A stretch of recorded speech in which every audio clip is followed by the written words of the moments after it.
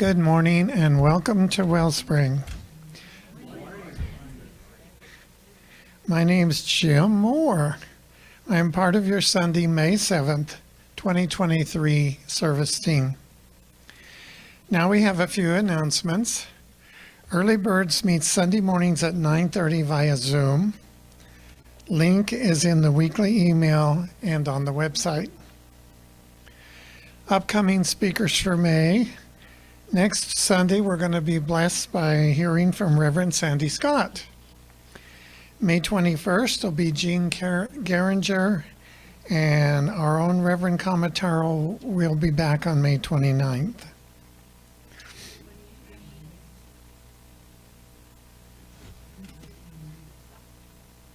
Okay, well, this says the 29th, so whichever day is Sunday. She'll be here probably the whole weekend. Just not.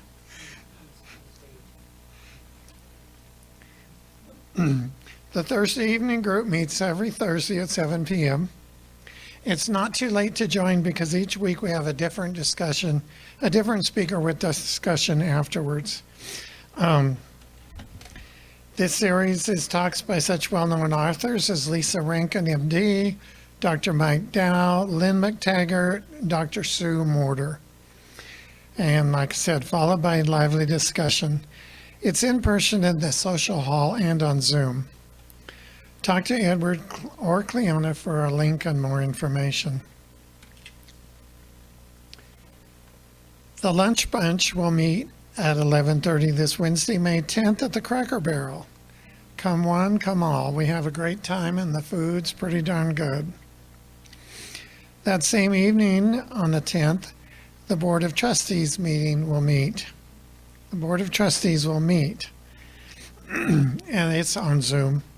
We invite all to attend as we do the work for our beloved Wellspring. If you want to join us on Zoom, get the coordinates from Edward, please. Jean Carringer will be here on Saturday the 20th for another one of her dowsing workshops from 1:30 to 4:30. And the workshop fee is $25. We're going to have a May get-together. It's a potluck after service on Sunday, May 21st. And on Thursday, May 25th, the New Thought Ladies Luncheon will be at CSL at 11:30. And lastly, our prayer team remains ready to serve and support you. You may submit a request via our webpage or give it to Edward. Our prayer team meets virtually on Tuesday afternoons at 4:15 to pray with you. You may consider sitting in your quiet space during that time. We know we are one in spirit, and the energy of prayer knows no limits.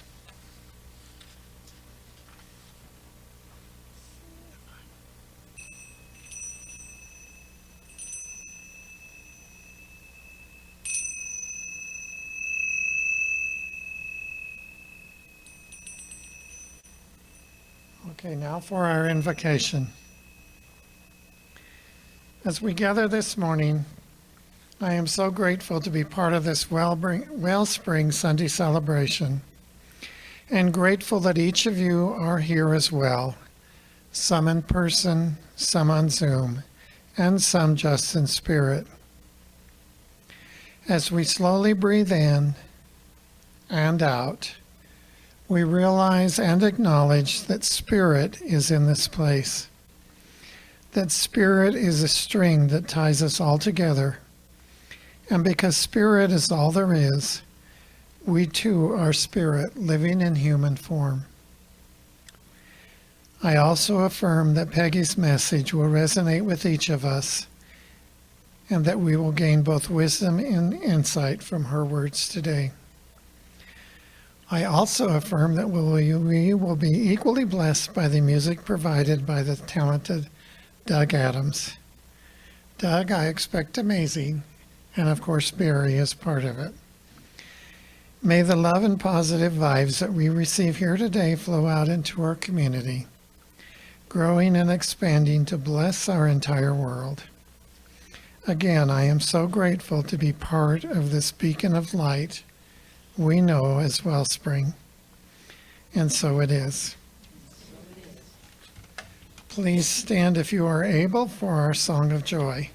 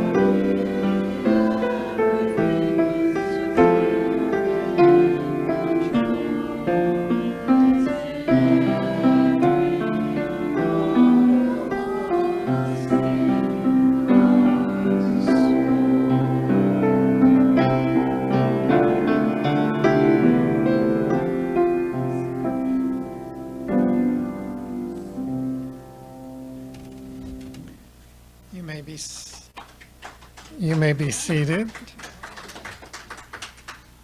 Thank you. Let us read together our vision, mission, and affirmation.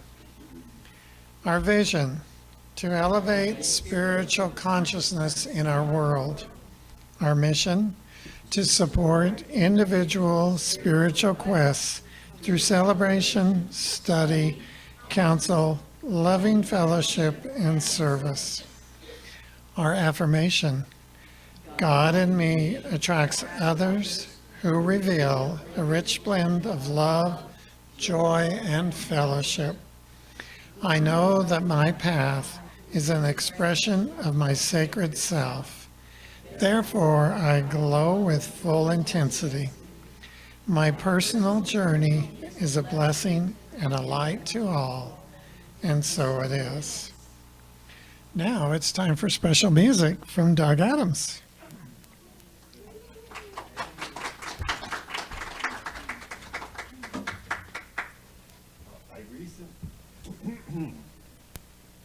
I recently heard a song in Spanish, and I thought, that's beautiful, beautiful song. And so I listened to it some more and again, and I heard certain phrases, I understood some of it.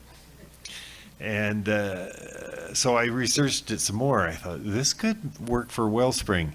And when I got a full translation of it, I thought, this is great. And so I want to read it to you in English, and then I'm going to try to sing it in Spanish, where the way it was born. It's by Natalia Lafourcade, who is a huge Spanish language singing star, writer, arranger. She's a genius. And the name of the song is Pajarito Colibrí, which is little hummingbird. And we have a lot of hummingbirds around our house. I learned that they can fly 5,000 miles in a year, going and coming on their migrations. They're masters of catching the wind. Little hummingbird, don't be afraid to leave. Today the world wants you to wake up to be happy. Little hummingbird, don't be afraid to live. May the night, dark and mysterious, dance for you. When you feel the infinity of the world open before your wings, inside your chest, you lose your breath. Ask the sky to make you fly.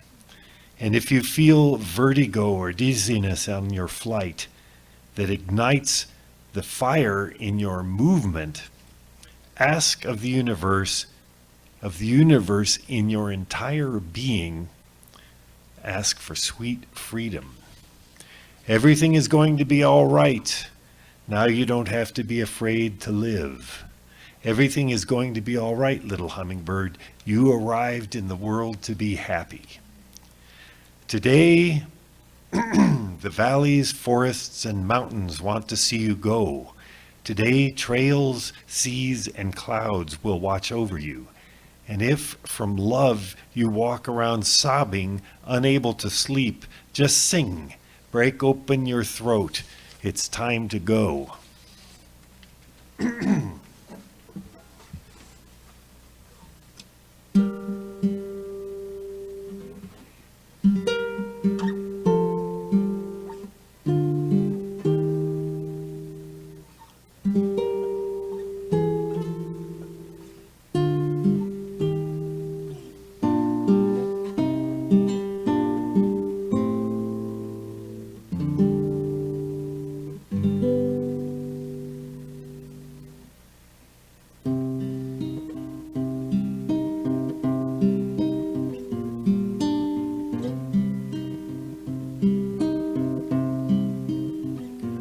Pajarito colibrí, no tengas miedo de salir.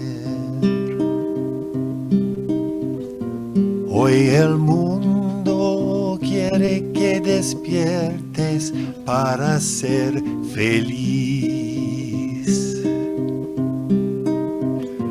Pajarito colibrí, no tengas miedo de vivir. Que la noche oscura y misteriosa baila para ti. Cuando sientas que infinito el mundo se abre ante tus alas, dentro de tu pecho pierdas el aliento, pídele al cielo que te haga volar.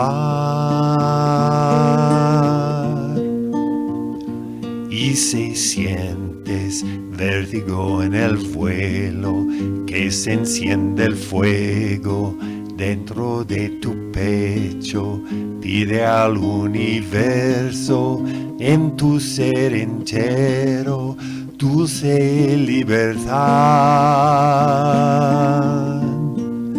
Todo va a estar bien, pajarito colibrí, ya no tengas miedo de vivir. Todo va a estar bien, pajarito colibrí, tú llegaste al mundo para ser feliz.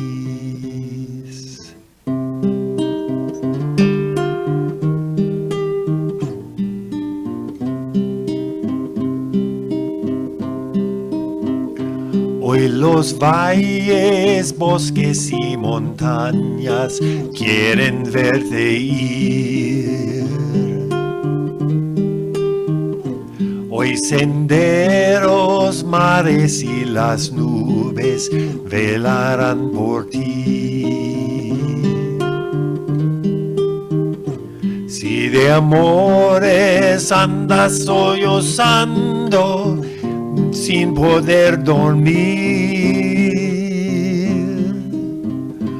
solo canta, quiebra la garganta, es hora de partir. Cuando sientas que infinito el mundo, se abran tus alas dentro de tu pecho, pierdas el aliento, pídele al cielo que te haga volar. Y si sientes vértigo en el vuelo, que se enciende el fuego dentro de tu pecho, pide al universo en tu ser entero dulce libertad. Todo va a estar bien, pajarito colibrí, ya no tengas miedo de vivir, todo va a estar bien, pajarito colibrí, tú llegaste al mundo para ser feliz. Bien, pajarito colibrí, ya no tengas miedo de vivir, todo va a estar bien. Pajarito colibrí, tú llegaste al mundo para ser feliz.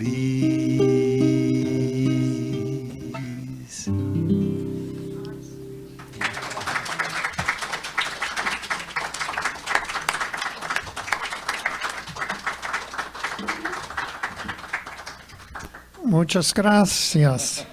Fabuloso.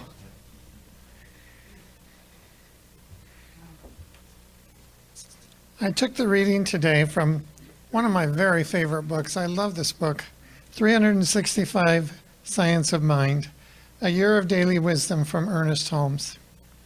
And I actually thought today's reading was what I wanted to do. So this is May 8th. And it goes like this. I will bless the Lord who hath given me counsel. I know there is but one power in the universe, and that power is God. That power manifests in and through all form, all people, all conditions, and so is at the very center of my being. This God power is me. This power is life itself, and its nature is love, all good. It contains all wisdom, peace, joy, and strength. At the center of my being, I feel this perfection in me. I know it is all around me.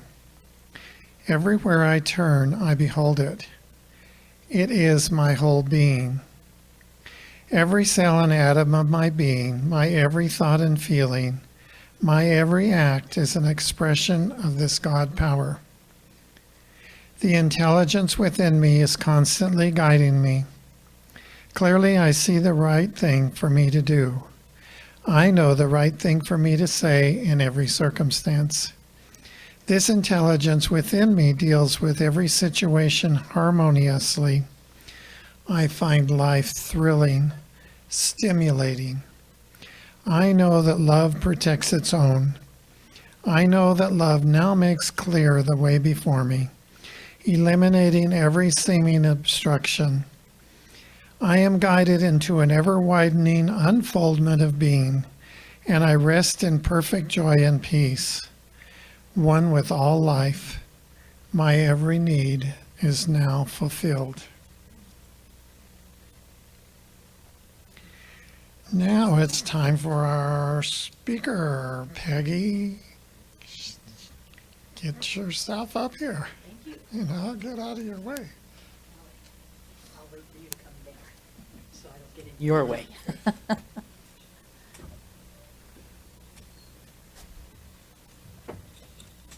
Good morning. Thank you.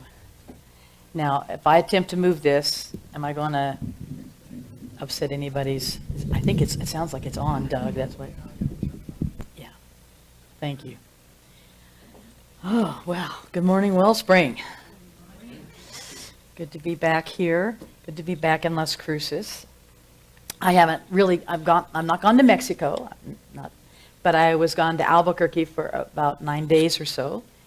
And I have, great experiences up there that I'd love to share with you a little bit.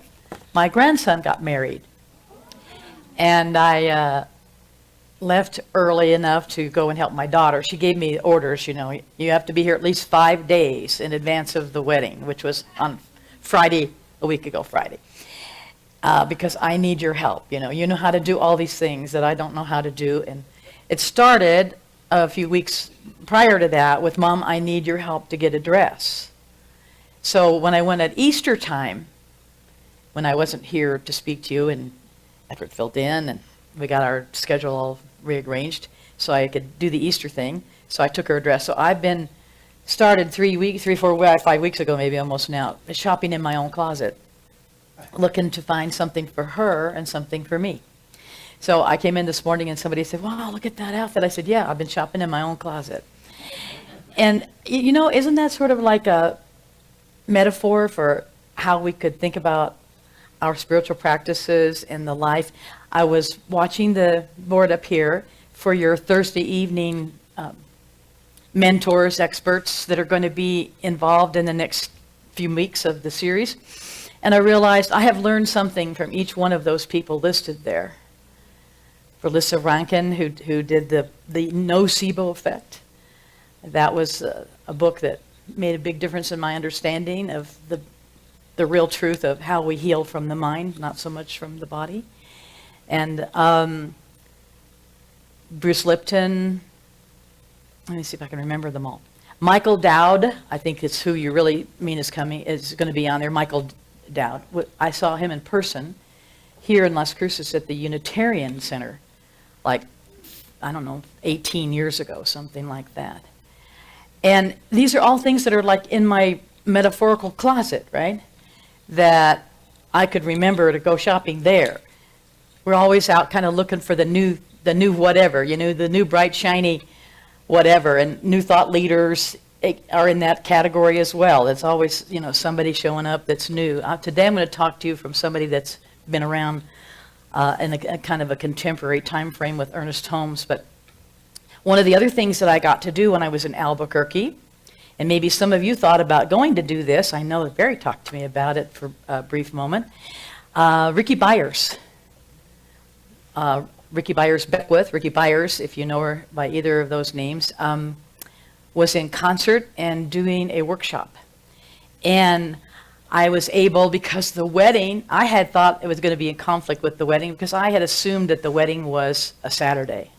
I'd never had really bothered to look at the date on the calendar. It was kind of like, is it the 28th? Is it the 29th? And those were the actual days. It was the 28th or the 29th. So that reminded me about that. And the 28th turned out to actually be Friday. So the 29th and the 30th for Ricky Byers were just right in there. And I told my daughter, I've been here for you. I'm taking off now. I'm going to go do these things on those afternoons. She gave me a little, but it worked out fine. And my sister that I was looking forward to seeing didn't end up getting to come to the wedding because she was starting at the edges of pneumonia, she said, with a respiratory infection in Missouri. And she's one of those who has a bit of a physical history of chronic issues with her lungs and falls into pneumonia fairly quickly. So she knew it was best for her to stay home. And I miss seeing her, but in reality, that really gave me a lot of free time to do the Saturday thing with Ricky Byers, and had a great time being chosen as one of the ones to be up on stage singing with her. It was just fabulous. And there's something else, that music of hers, that has been in my closet. And about 2 or 3 weeks before the announcement came out that I saw in the newsletter from CSL Rio Grande that she was coming, I stumbled into something that I was thinking about Ricky, and somebody had told me they thought she had died. And so I went looking for any information about that online, and I stumbled onto, well, she hasn't died, obviously, but I stumbled onto something that she's doing now called Devotional Sunday. And I watched one live, and I watched another one in the recording, and that music just I mean, it's like, why do we leave these things behind when we know how much they nourish us? Because we think we've moved beyond it, or something else has taken the prime focus of our attention or whatever. But from the time I watched that devotional, and I think I mentioned it in my talk here before the last time I was here, so that's how long ago it was, that every morning I've been waking up, and it's still going on, with this Blessed Always on my mind. Her song, Blessed Always. And so I got a chance to buy her songbook and ask her about, that song. When we were at the convention in Las Vegas 20 some odd years ago now, it was, she and Michael Beckwith and I were in a small group thing in a workshop, divided up. And during that time in that connection, she gave me a copy of the sheet music, which she had just, completed that song, and asked me to take it back to my center, which was the Center for Spiritual Living that's on the downtown mall. Then the Mastery in Life Center was its name. And when I heard that Mary Lynn was leaving, I asked if that music was still there, because Ricky had signed it. And they said no, they had no idea, where it was. I said, it used to be in the bench of the piano. But anyway, it didn't come back to me. So it came back to me directly from Ricky this time again. And it's still showing up in my mind. And others of her songs have been coursing through my recollections this week as well. A lot of things. And I'm really amazed and being reminded that that's, that idea is in my closet. I just don't go looking, don't go shopping for it. And to have the amount of music and feeling, and this is what I want to talk to you about today, is about feeling. So, I don't know, am I the only one in the room that would like to see the world change? Yeah, I can tell. Well, I can see you going, the slump part of it. Well, so I want to talk to you today about our collective desire that things show up differently in the world than they appear to us to be showing up right now. So I'm going to make you a big promise that I'm going to show you today how you can change the world. So come complain to me later if you don't feel like you got that by the end of the morning, all right? So I have brought with me 2 books today that I'm going to talk to you a little bit about, from and to. This one is the one that I'm saying is the, that I haven't been revisiting this in my closet in a long time either, but somebody in a webinar that I was in this last week brought up Neville Goddard. Any of you remember, know about, have ever heard of, have ever read Neville Goddard? Well, Neville Goddard was a contemporary in the time of Ernest. He also is more of a contemporary for Raymond Charles Barker, because he was in New York City. And they were there at the same time frame and the same years making speeches at the New York City's town hall. I don't know if they ever had any connection with each other at all. But Goddard purportedly had gotten his understandings of New Thought, ancient wisdom traditions from a guru that was Hindu that he had come across in New York. Anyway, so he has there's this book that was compiled, interestingly enough, by DeVos in the concept of science of mind. Talks about science of mind in the book, the man who compiled the book. And there's like 6 or 7 books, little mini books inside of this thing that's called the Neville Reader. Neville Goddard for many years only gave out his name as Neville, or signed himself as Neville. And so that's really more how he was known in his own era, and has been known since then. But he had one of the little books that's in here is called Feeling is the Secret. And I've always kind of thought that was what Rhonda Byrne came across when she talks about these older teachings and ancient wisdoms, that part of it was that book by Neville Goddard called Feeling is the Secret, because the secret is what she called her movie. Then she wrote a book after the movie, took fire, that Michael Beckwith was in. At any rate, Neville has some information in here about how he thinks we can change the world, or how the world can be changed. He says the world cannot change until you change your conception of it. As within, so without. Nations as well as people are only what you believe them to be. No matter what the problem is, no matter where it is, no matter whom it concerns, you have no one to change but yourself. And you have neither opponent nor helper in bringing about this change within yourself, you have nothing to do except to convince yourself of the truth of that which you desire to see manifested. As soon as you succeed in this convincing yourself of the reality of the state you seek, results follow to confirm your desire to see expressed. Instead, you convince yourself, not to see that he is expressed, but to convince yourself that he is already which you desire him to be. And that's just what he says about it. You cannot change other people. And the same goes for the world. You can never suggest to another the state which you desire to see him express. Instead, you convince yourself that he is already that which you desire him to be. That's the nocebo effect, too. So I have probably shared with you guys at some point in the past, but not maybe everyone in the room today, my version of the serenity prayer, which I offer up as a little reminder. This is another thing out of my spiritual closet. God, grant me the serenity to accept the things I cannot change, to change the things I can, and the wisdom to know it's me. So for those of you who know the serenity prayer, you know that the way it's spoken in 12-step groups and the way it's been taught forever and ever is that the wisdom to know the difference. And I think that's a little less discerning than the wisdom to know it's me. As I agree with Neville. I can't change anything really except me. So the courage to change the things I can actually devolves back to c'est moi, or in the Spanish we were listening to today, soy yo. This is I am, the I am that I am. That's all any of us actually has. To be able to have any impact or control or outcome production on. So what Neville goes on to talk about in this other little book within the book here, and getting back to this idea of the feeling about things too, is he says that the feeling is the secret. And what is required for the world to change is for us to change, right, in comparison to what I just said. And so we use the law that we understand in our studies of science of mind, that there is the love and the law. And the law is always operating with neutrality, with objectivity, not subjectivity. And it is in the law that is behind the creative process. I don't know how many of you in here have taken classes in science of mind, or some of you have taken classes from me, but we have this symbol that has the V in the middle with two lines horizontally across, bisecting it, or trisecting, I guess. And the top part is open at the top.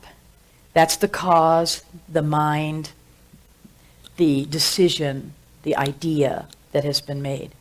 And in the middle is where the law operates. That's the subjective, the subjective part that is consciousness. That is that sort of soil that we have the metaphor of the seed being planted in, that the seed is the idea, the thing that came from the one mind.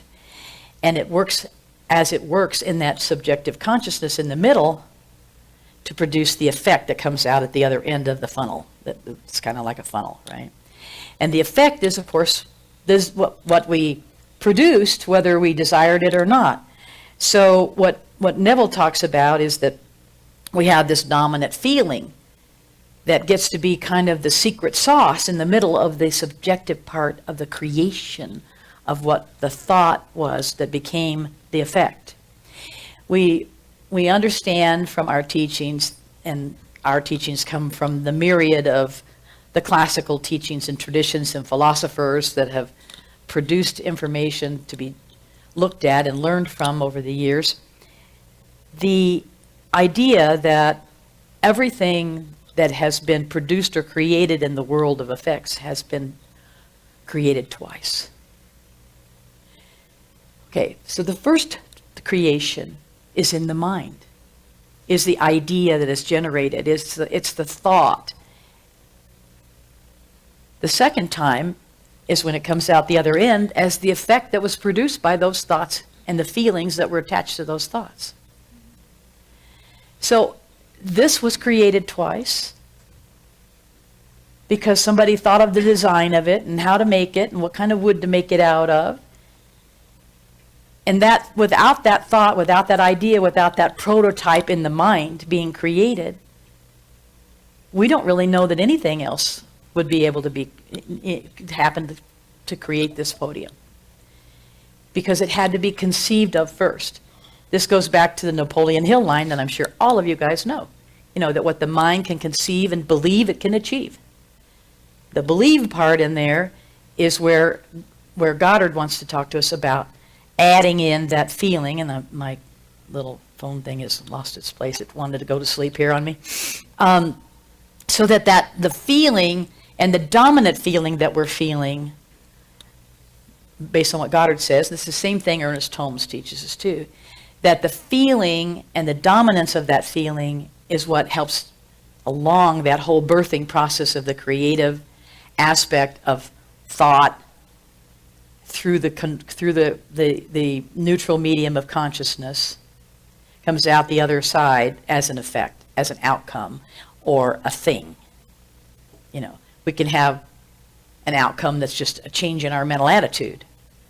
It's still a form in a sense, but it's not quite the same form as the thing. And many teachers teach that anything that is a thing is really a copy, because the first thing was in the mind. So what came out here is a copy of what was created in the mind first.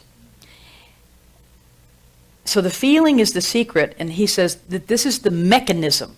And this goes into Ernest Holmes' idea that the scientific approach here is something that exists as a tool, can be used over and over again, and can produce the same results. So Goddard says the mechanism for production, which according to Holmes would be more like creation, of the visible world. And it's a clearly delineated path that can be followed to the realization of your desires. Does that sound like treatment? So he says we have to be accepting of the law of conscious first. So I want to ask you these questions. So do we accept that there is this law in consciousness based on what we've experienced in our lives and what we've learned from our teachings in science of mind, right? And that law of consciousness ends up kind of bifurcating into two things. There is the consciousness that is awareness in the mental and objective sense within our brain power. And then there is that subconscious element that is subjective and neutral. So we're pushing the creation from our mind, and we're putting the feeling behind our desire to have it created. And the more we feel that feeling, the more the subconscious, which is always neutral and says yes and just accepts and is open to whatever is being delivered into it by our conscious thinking, we are able then, with the addition of that feeling and the energetic pattern that comes from the feeling, that the hummingbird needs to feel that it came to the world to be happy, not to be in despair, not to be in degradation. And this is where we were at the beginning when I said, am I the only one in the room that wants to see some changes in the world? Yeah. So we want to see it, but do we want to believe it? How much of it is based on our own decision about it and our own perception about it as to what shows up for us? This is the, you know, what I call the believe, perceive, receive. We have a belief, and maybe if we're sitting in this part of it all, you know, we're in the belief, it can't change, it won't change, nothing's going to happen, it's only going to get worse. Any of these thoughts been coursing through your all's minds? They go through mine, you know. And while we're having those thoughts, the feeling that is coming from those thoughts that's being coursed through our veins and through our body is, oh, I don't think I can fly, you know. It's the hummingbird that's can't catch the wind in the song that Doug sang for us so beautifully. We are unable many times to get ourselves out of that feeling, that's the repetitive cycle that's going on and on and on, unless we have maybe a little bit of support or a little bit of help, a little bit of an idea. And so I just want to bring you to the idea today that you can change the world. However, first you got to decide you're going to change yourself. And part of that change may just be for all of us that we've got to turn around our belief. Can we look at the belief that man has always come through, that there's always going to be the cloud and then there's going to be the silver lining? You know, can we turn that thought around in some fashion so that we can, little bit by little bit, change our whole concept and belief that the world is going to hell in a handbasket? You know, can we say, well, you know, maybe we can take hold of that basket. Maybe we can change the trajectory of this. Maybe we can do this at a different level. So irrespective of our level of awareness about it, awareness is always at work in everyone's life. And we know this. We know this from our teachings, that whether we're thinking good thoughts or we're thinking unfortunate thoughts or sad thoughts, the universe, the subconscious within us, is always saying, yeah, yeah, yeah. Ricky Byers taught us a play on words. She's having a little difficulty, she said, with her daughter, who's really wanting to get more into the Jesus aspect of spirituality rather than the sort of non-literal Christ consciousness that she was raised with. And so she said she could put it together by saying Yeshua. She get the more biblical or Hebraic term for Jesus, Yeshua, because that is still the Christ consciousness there, whether we call it Jesus or whatever. But the Yeshua, she said, I am Yeshua, you know. And so I've been kind of having that course through my mind this week too, that anytime I say the I am, we have to fill in the blank. And if we say the world is, we're filling in the blank.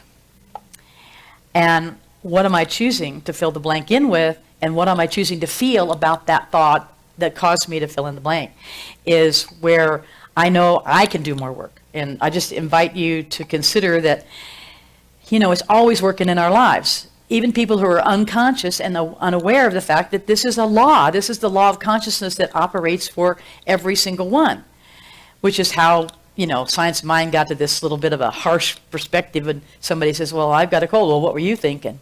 You know, because we're always realizing that our thought process is what is creating our outcome process. And that stuff in the middle that Neville is inviting us to introduce the feeling with, I think what we had in the song was the entirety of your body. The entirety of your being, yeah. With the entirety of your being, can you feel the feeling of the outcome desired, of the wish fulfilled, of, as Sandy Scott taught me, I'm home in my chair with my feet up. It's done. This is the concept behind letting go at the end of the treatment, is to know that it is done, it is already here, has been within me, it's just on the process of being revealed. This is the way we look at how and why treatment works and brings about something different, a change somehow. And why we as practitioners, anybody who is a practitioner and gone through the training of being a practitioner in religious science, knows that we're not really working on the other person that we're helping by praying with. We're working on our own concept. This thing that Neville said, that when we have this desire for someone else to be different or have it be different, that it's really more a matter of convincing ourselves that we appreciate that it's already there. Within them, they're already expressing it at some level. Because as long as we choose to see this negative, this unfortunate, this woe is me, whatever the depressive thought that we're having in a given moment, as long as we're choosing that thought, we're choosing that kind of feeling. You know, it's pretty hard to get yourself into an attitude of gratitude and then be negative. Have you ever tried it? Yeah? Yeah. You get that feeling of the gratitude. This is why I love the part from the movie The Secret. Now I'm trying to remember the guy's name. I can't recall the man's name right now, who teaches us that in the movie The Secret, about filling out your little journaling with, I am so happy and grateful now that, and you fill in the blank with the feeling of gratitude for what it is you're desiring, and that way your confirmation, affirmation is being always fueled with the feeling of gratitude, not of hope or I'm trying to get the Spanish out of it. Let's say esperando. We're not having a hope about something. We have an expectation, perhaps, because we know it's going to come about, because this is how it works if we work it. So once this universal law has been accepted and practiced, and the mind knows what it wants and why it wants it, that why is partly what takes us to the feeling. Because you begin to have the end in mind of why I want this, why this is going to change for me, why it's going to be different, why I'm going to be better, why the world's going to be better because I'm better. All of these elements to it. And we've scientifically proven this stuff, that when a group of people, like the group in this room, get on the same wavelength and can produce the same transmission of love and caring out into the world, even if it's not even a primary target, but most of the time they have a primary target. Like with Lynn McTaggart's work, there's a subject, like what you're doing in the Power of 8, Jim, that works. But we can also have things, Greg Braden did a group kind of thing once where, in Jerusalem when they were having the 7-day war or whatever. There's all these things that have come about because people have sat down and done something. And even Larry Dossey, if any of you guys remember Larry Dossey, he's out of my spiritual closet back in the day too. Larry Dossey was a medical doctor who became a believer in the idea that the positive power of prayer could be transmitted energetically through the ethers onto a targeted subject and change the outcome. But this is so long, this is back in the 80s. So this was long enough ago that we hadn't gotten mainstream enough. This was like way woo-woo in that time. So Larry decided that he wasn't going to start with people or anything that could produce a subjective result other than a quantitative verifiable result. So what they did their experiments on initially was like bacteria in a petri dish. They'd give it the antibiotic that's supposed to kill it. And then they would send the love and energy through the prayer that it would survive. That kind of thing. Any of you have not ever been exposed to Larry Dossey's work? I could see some wow on the faces in the room. Go look him up or find his book. I gave my book years ago to Larry Pass. So I don't even have it to remember the name of it at the present moment, but that's his name, is Larry Dossey. And so all of these things have scientific proof. We don't even have to bother to discuss that anymore because we're out of the world of woo-woo. And most people are accepting of the fact that these are indeed universal principles that apply, that have worked, have always worked, and will continue to work, irrespective of who believes in them or doesn't believe in them. They're beyond the belief. But when we take them in as our belief, we've enforced that feeling of the operation that can create a different outcome. So heart math, you may have heard of heart math, they're out there with their global receiving and transmitting antennae, measuring the collective attitude towards a commonly held event, like 9/11, stuff like that. So they're able to kind of predict even to some extent what the world events are. But what it simply means is this mechanism for producing the visible outcome or the manifestation in our lives, more than is perhaps randomly predictable in the world of science. It's the feelings, nothing more than feelings. And that's the title of my talk today, really, it's about the feeling. And according to Neville, it's the feeling that's the secret, whatever you learned and heard. And there's two aspects of the consciousness that we talked about here. We want to have more of an impact on the subconscious. One of the things I learned in my practitioner studies from reading things in the Science of Mind text that is like about that thick, so not everybody's read it cover to cover, including me.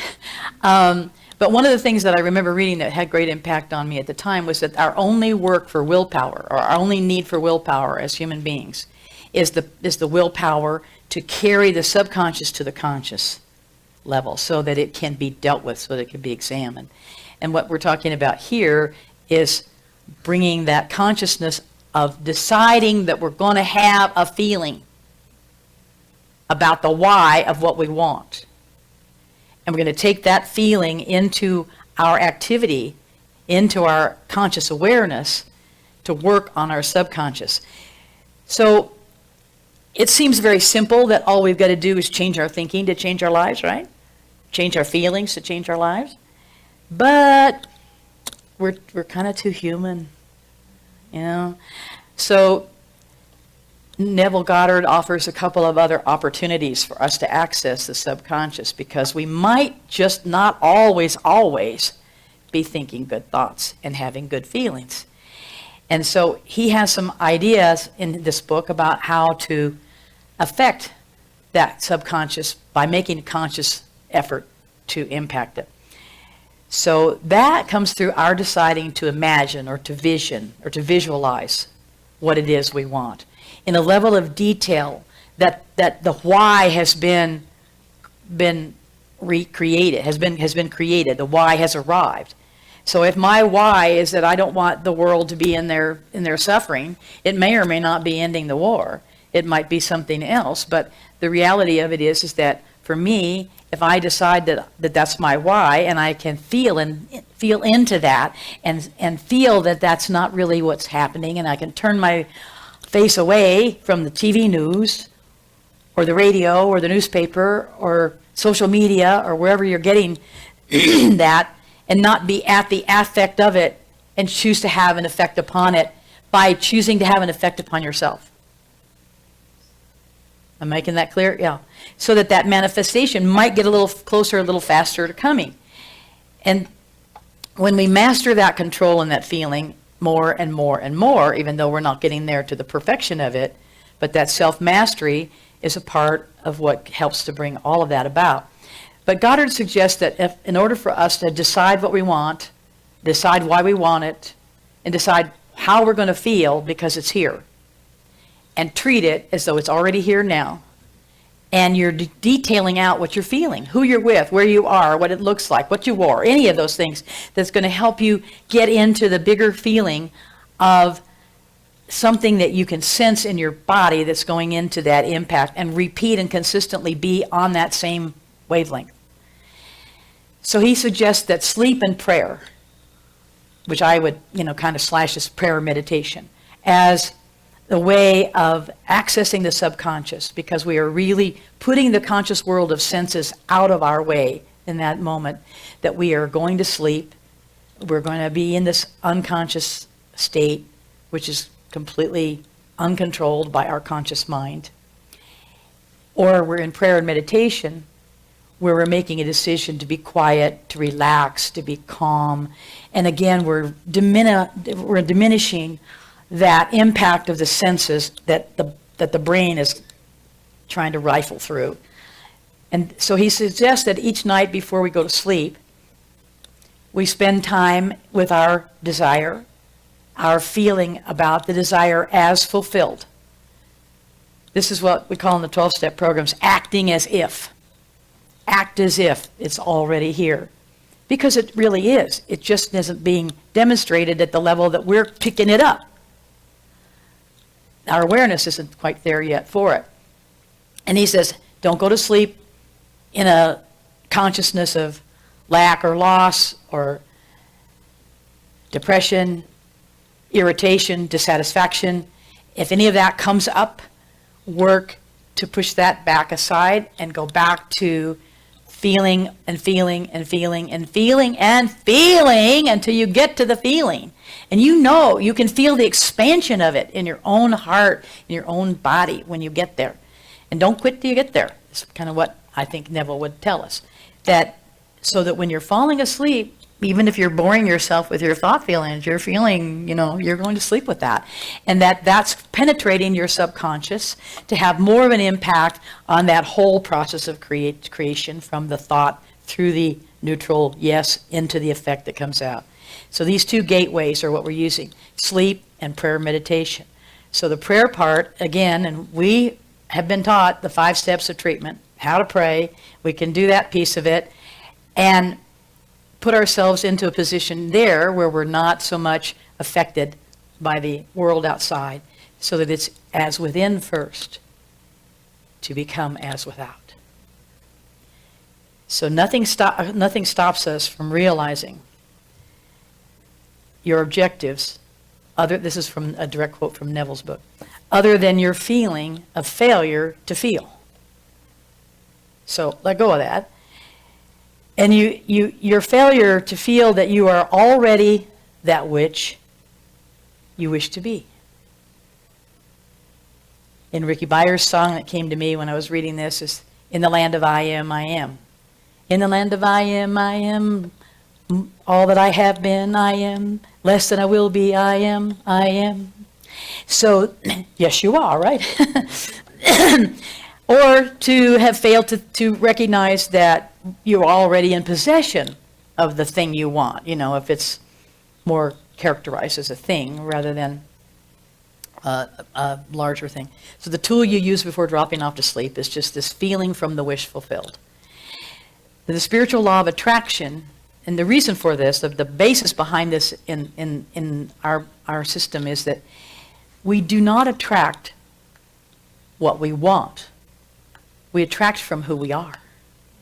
So we are changing who we are. We are reprogramming who we are for the outcome the next day after the sleep, in the next 10 minutes after the prayer, the outcome in our world, the perception that we have of our world. All of these things should become different. That's the removal of insanity from our lives, to stop doing the same thing over and over again with the expectation of a different result. So we have a different expectation of a different result.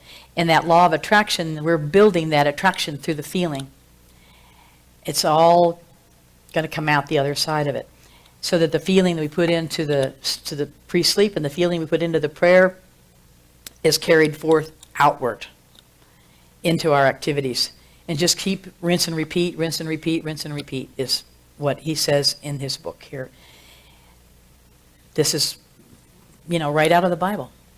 When you pray, believe that you have received, and ye shall have it. That's paraphrasing it, but how it works. So the only condition really is of our belief.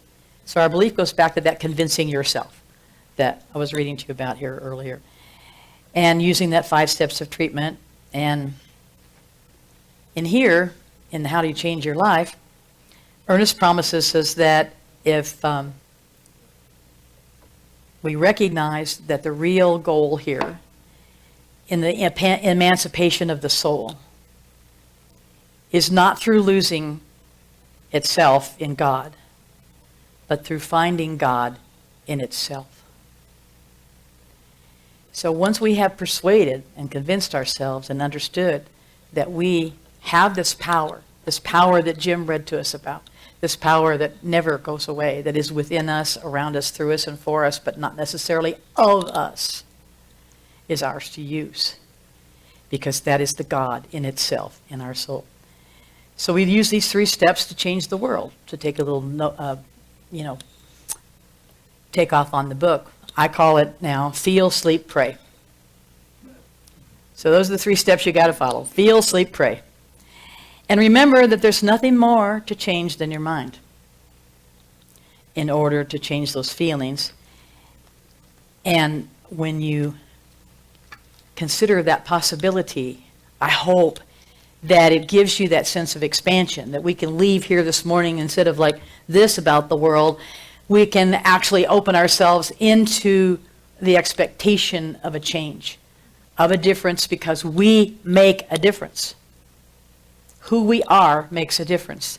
You guys may remember the little program, the little blue banners that on a striker brought to us with the who you are makes a difference. Keep remembering that. So what we're going to do today is a little experiment in our treatment. I'm ending my talk, and I'm going to start with these words out of Ernest Holmes' book on How to Change Your Life, and we're going to have a little audience participation in in part of the the treatment, where Ernest has this little section in the book, How to Change Your Life, and this one is called How to Remove Blockages from Your Life. Okay, so this is what we're going to do our treatment on today, and we'll have an opportunity, and I'll cue you in. You're just going to say, it's going to be call and response. Okay? So if we just take a deep breath in and we allow ourselves to relax and to set aside and diminish the impact of the senses, other than feeling what we feel and allowing that feeling, or maybe correcting that feeling with another one, so that our dominant feelings are positive, upbeat, expanding, not contracting, hopeful, helpful. All of that is brought into our feeling. And we know that there is a God power at the center of every person's being, as Jim read to us in the opening today. This was my closing, already planned. A power that knows neither lack, limitation, fear, sickness, disquiet, nor imperfection. And because you are an individual, you might build a wall of negative thoughts between yourself and this perfection. The wall which keeps you from greater good is simply built of mental blocks, cemented together by fear and unbelief, and mixed in with a mortar of occasional negative experience. It is not necessary that this impoverishment and pain accompany you in your experience through life. And Ernest suggests that you say the following things. So I'm going to say, and you're going to repeat, okay? I know that there is a presence, a power, and a law.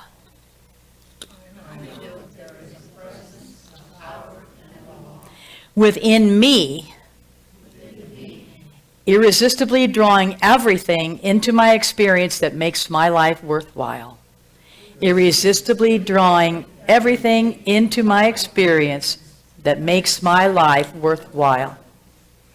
I know that friendship, love, and riches, health, harmony, peace, and happiness are mine now. I know that nothing but good can go out from me. That nothing but good can go out from me. Therefore, the good that I receive is but the completion of a circle of fulfillment of my desire for the world. I refuse to judge only according to appearances, either mental or physical. And no matter what the thought says, or what the appearances seem to be, there is always a higher power. Upon this power I rely, with absolute confidence that it will never fail me. I repudiate all evil. I cast out every fear that accompanies it, and continuously exercise the dominion of my thoughts and feelings that rightfully belongs to me. Now breathe that in. Feel that feeling.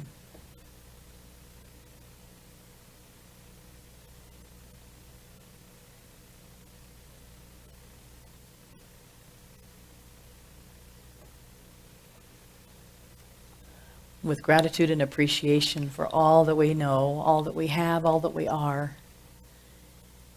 we let that feeling be the feeling that carries us forward throughout today, as we leave here and into our lives, knowing that we are the change in the world we wish to see. And so it is. Amen. I'll turn it back over to you, Jim. Thank you.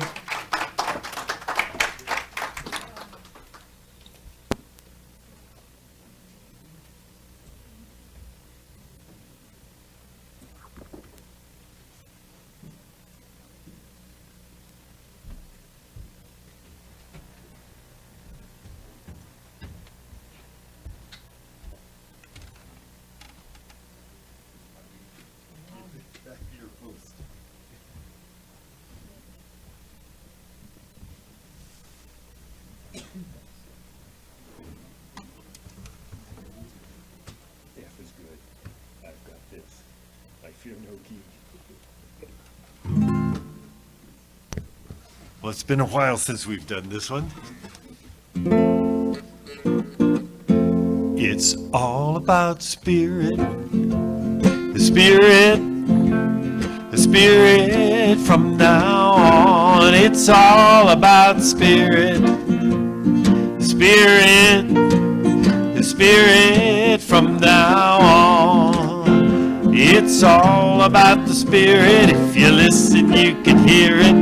The spirit from now on. It's all about love. A love. A love from now on. It's all about love. A love. A love from now on. It's all about the love from within and from above. A love from now on. Sing it.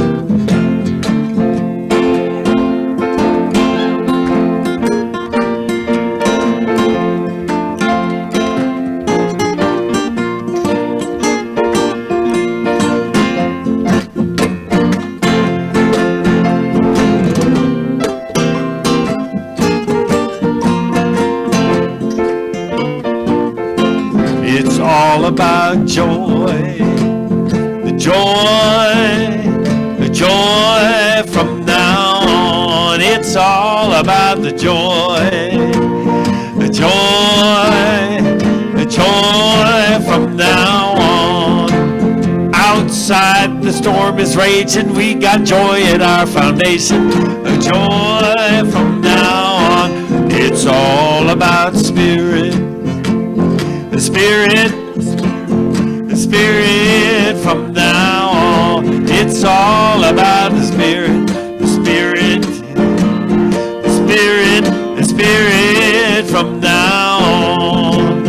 It's all about the spirit. If you listen, you can hear it. The spirit from now on. Repeat that line. The spirit from now on. Once again. The spirit from now on.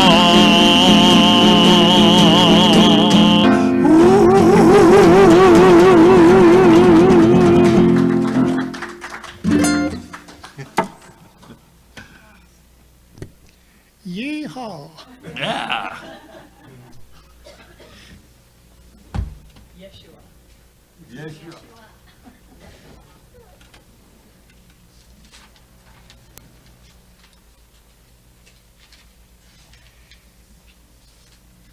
As we acknowledge and receive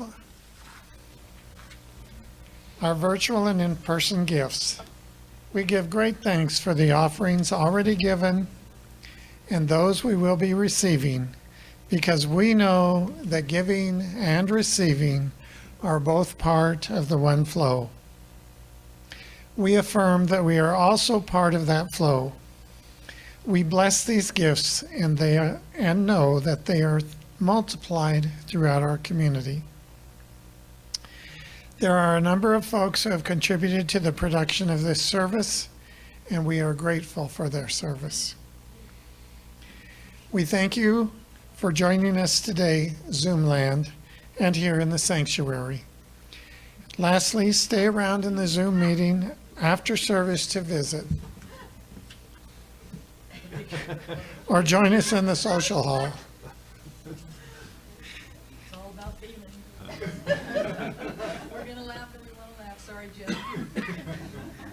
Please stand as you are able and read with me the benediction, followed by our congregational song.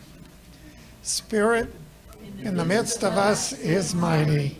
Joy, peace, and eternal life are our true nature and flow through us into the world, and so it is.